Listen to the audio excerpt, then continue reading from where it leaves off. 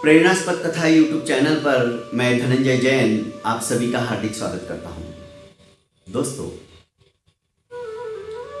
स्वामी विवेकानंद जी विदेश में धर्म प्रचार कर रहे थे। एक बार उनका प्रवचन समाप्त हुआ।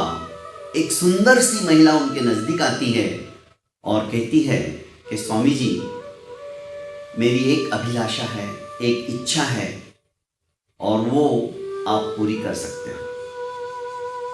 स्वामी विवेकानंद जी ने कहा कि बोलिए, आप क्या चाहती हो।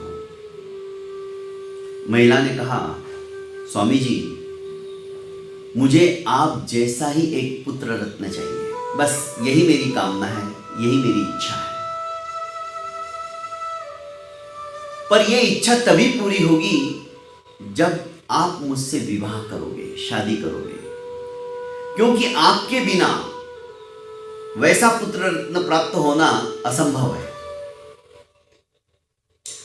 क्योंकि मुझे आपके पद चिन्हों का अनुसरण करने वाला ही पुत्र चाहिए। सूर्य जैसा तेज, देदीप्यमान चेहरा जैसा कि आपका है,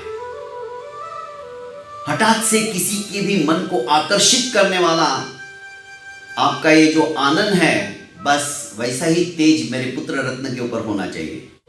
पर यह तभी संभव है ना जब आप मुझसे शादी करोगे, विवाह करोगे, दाम्पत्य सूत्र के अंदर मुझे आबद्ध करोगे।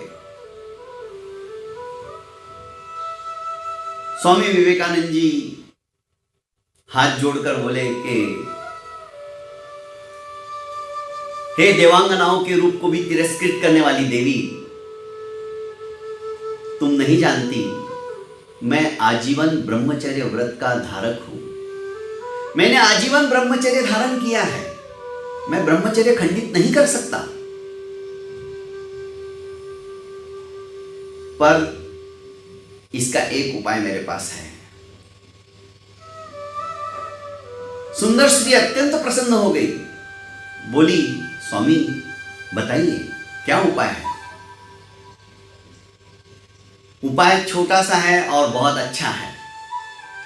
तुम्हें पुत्र रत्न चाहिए, तुम्हारी ये बात मुझे मंजूर है, पर इसके लिए विवाह करना, दाम्पत्य सूत्र के अंदर आबद्ध होना, मैं अपने नियम को, अपने ब्रह्मचर्य के व्रत को तोड़ दूं, ये सब करने की जरूरत नहीं।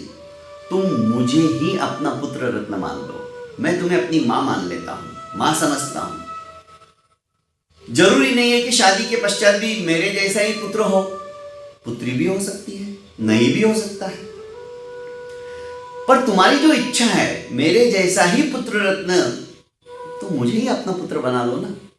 सब झंझट ही खत्म हो जाएगी, मेरा नियम भी नहीं टूटेगा और तुम्हारी इच्छा भी पूरी हो जाएगी। स्त्री रोने लगी, हाथ जोड़कर नतमस्तक होकर उनके चरणों में गिर गई और बोली कि स्वामी जी, आज तक मैंने हजारों संत महात्माओं को देखा, पर आप जैसा कोई नहीं। दोस्तों, ब्रह्मचर्य के अंदर वो ताकत होती है, वो शक्ति होती है कि हम कुछ भी कर सकते हैं। आपको पता है, स्वामी विवेकानंद जी ने चलती हुई ट्रेन को एक हाथ से रोक दिया था। ये ब्रह्मचर्य का ही प्रताप है। बहुत बहुत धन्यवाद दोस्तों। सुनते रहिए इसी तरह की प्रेरणास्पद छोटी छोटी कहानियां, जो कि हमारे हृदय के अंदर कुछ ना कुछ प्रेरणा की एक छोटी सी लो जागृत करने में सक्षम रहेगी, समर्थ रहेगी। और इस कहानी को ज़्यादा से ज़्यादा लोगों को शेयर कीजिए। क्या पता किसके जीवन में कौन सी कहानी सुनकर परिवर्तन हो जाए और उसका पुण्य फल आप सभी को प्राप्त हो। बहुत बहुत धन्यवाद।